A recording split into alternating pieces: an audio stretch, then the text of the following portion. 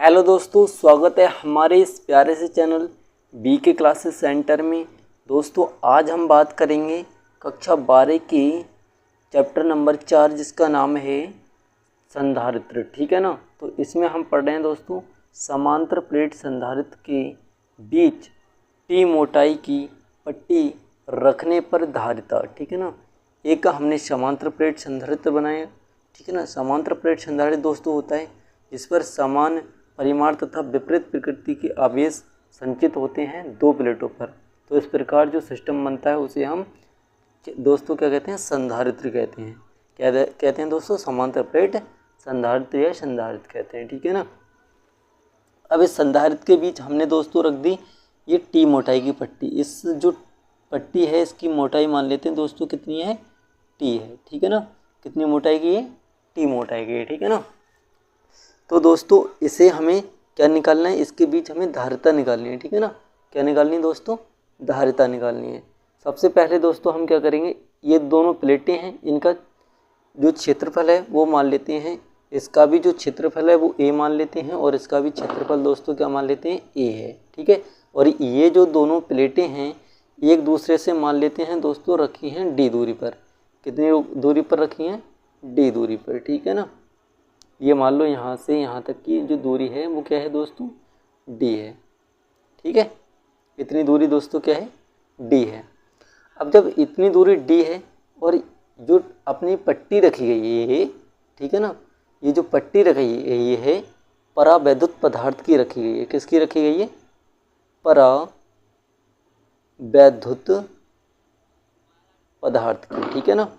किसकी रखी है दोस्तों, परावैद्युत पदार्थ की रखी है। ठीक है। और इसकी मोटाई दोस्तों क्या है, टी है। ये दूरी कितनी है दोस्तों, डी है। अब जब हमें दोस्तों अगर बात करेंगे, ये देखो अगर देखा जाए इस प्लेट से यहाँ तक की दूरी और यहाँ तक की दूरी दोस्तों क्या हो जाएगी, अरे भाई ये जो टी दूरी अगर घटा दें तो ये जो वायु में दूरी मिल जाएगी ना, यहाँ से इन दोनों प्लेटों के बीच की दूरी अगर हमें निकालना है वायु में, ठीक है, ये परावैद्युत पदार्थ रखा है और जबकि हमें दूरी निकालना है वायु में। ठीक है ना।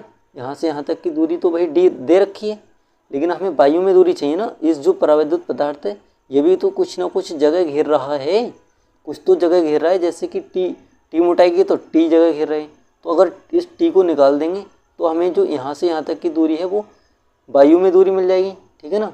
तो यहाँ से यहाँ तक की दूरी दोस्तों क्या हो जाएगी, ये अपनी हो जाएगी, ऐसे मान करके चलो, यहाँ से यहाँ तक और यहाँ से यहाँ तक। ठीक है ना। यहाँ से यहाँ तक और यहाँ से यहाँ तक की दूरी दोस्तों क्या हो जाएगी अपनी, ये हो जाएगी डी माइनस टी। क्या हो जाएगी दोस्तों, डी माइनस टी। अब हमें क्या निकालना है, वैद्युत धारिता निकालनी है। वैद्युत धारिता निकालने के लिए सबसे पहले हमें क्या करना होगा, विभव निकालना पड़ेगा। ठीक है ना। देखो दोस्तों धारिता निकालनी है, धारिता के लिए हमें क्या निकालना होगा, विभव निकालना होगा। और विभव के लिए क्या निकालना होगा, वैद्युत क्षेत्र की तीव्रता निकालनी होगी। तीव्रता से हम क्या करेंगे, विभव निकाल देंगे। ठीक है ना। अरे भाई तीव्रता में अगर हम दूरी की गुणा करेंगे, जैसे ये दूरी है, ठीक है, इस दूरी की गुणा करेंगे तो क्या मिल जाएगा, विभव मिल जाएगा। विभव हमने पढ़ा, धारिता का फार्मूला पढ़ा है, सी बराबर क्या होता है, सी बराबर फार्मूला पढ़ा है क्यू बटे बी। तो यहाँ से बी को बी से भाग दे देंगे क्यू के लिए, तो क्या मिल जाएगा दोस्तों, धारिता मिल जाएगी। ठीक है ना। तो इस प्रकार निकालेंगे। ठीक है। तो करना स्टार्ट करते हैं। ये जो हमने स्ट्रक्चर बनाया इसके बारे में पहले लिख लेते हैं। ठीक है ना। कि दो प्लेटें हैं जिन पर एक समान रूप से प्लस क्यू आवेश तथा माइनस क्यू आवेश वितरित है। तो लिखेंगे इसमें, माना धातु की दो समान आकार की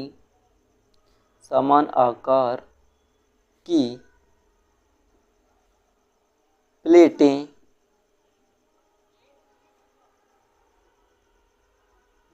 हैं जिन पर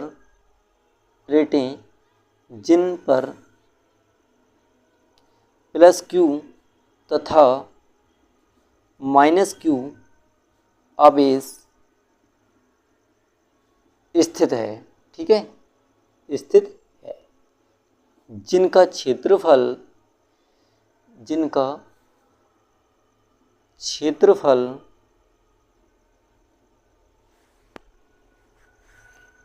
जिनका क्षेत्रफल कैपिटल ए है। ठीक है दोस्तों, क्या है? कैपिटल ए है। ठीक है, ये एक दूसरे से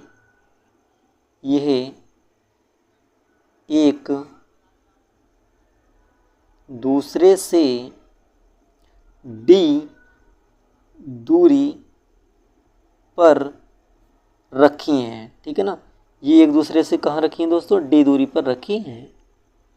ठीक है, अब जब डी दूरी पर रखी हैं तो अब हमें यह भी बताना है ये इसमें इन दोनों के बीच एक टी मोटाई की पट्टी रखी गई है। ठीक है, तो लिखेंगे समांतर प्लेट संधारित्र के बीच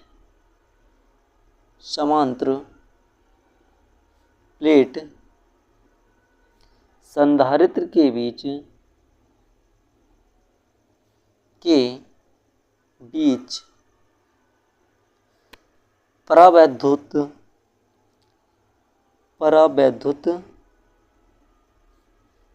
पदार्थ की टी मोटाई की एक पट्टी रखी है। ठीक है, क्या रखी है दोस्तों?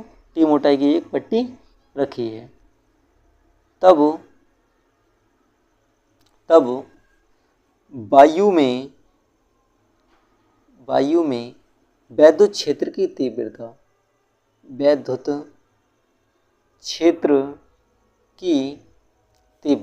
ठीक है, वैद्युत क्षेत्र की तीव्रता दोस्तों क्या होगी? E बराबर Q बटी एप्सिलॉन नॉट इंटू ए। अब देखो दोस्तों, वायु की बात कर रहे हैं तो यहाँ पर क्या लगा देंगे? 0 लगा देंगे। ठीक है ना, वायु के लिए, यानी कि E0 बराबर Q upon epsilon not a. ठीक है, ये तो अपनी हो गई वायु में वैद्युत क्षेत्र की तीव्रता। ठीक है ना, अब हमें किस में निकालना है? परावैद्युत पदार्थ रखा है, इसमें भी तीव्रता होगी। ठीक है ना, इसमें भी क्या होगी दोस्तों? तीव्रता होगी। क्यों होगी? क्योंकि प्लस क्यू और माइनस क्यू आवेश रखे हैं, इसके कारण एक वैद्युत क्षेत्र उत्पन्न होगा, जिसके कारण इस पर क्या होगी? वैद्युत क्षेत्र की तीव्रता उत्पन्न होगी। ठीक है ना, तो लिखेंगे परावैद्युत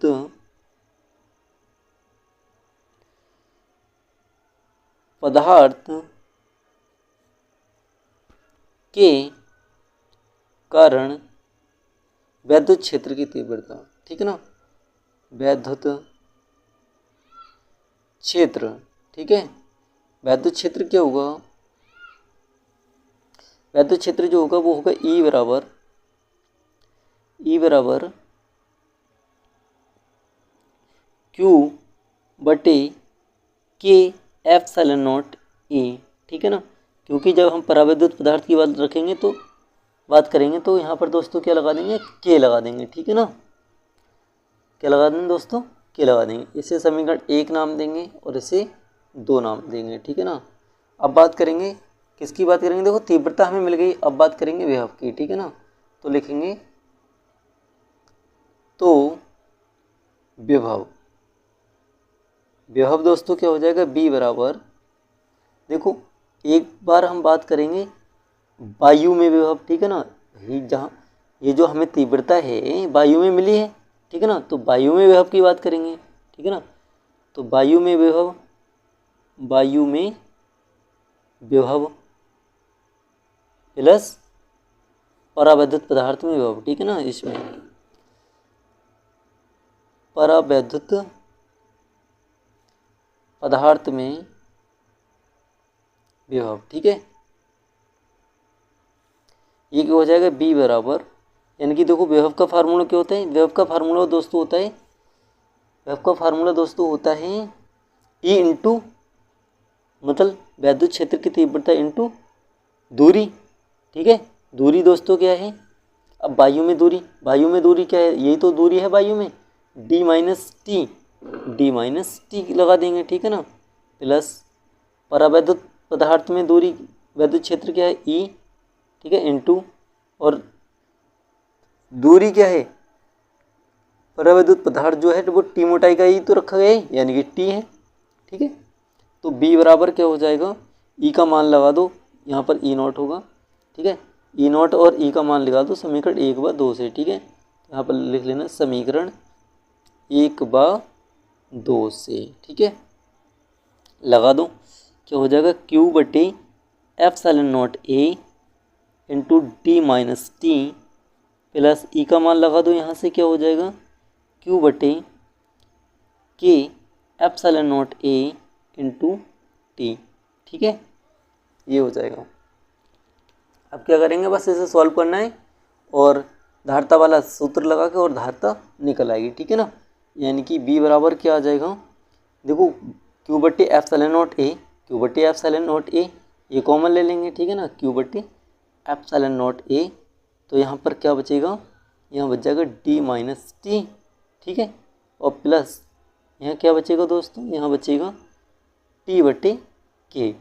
ठीक है, अब धारता का फार्मूला हम जानते हैं, क्या होता है धारता का फार्मूला, धारता का फार्मूला तो C बराबर Q बटे B।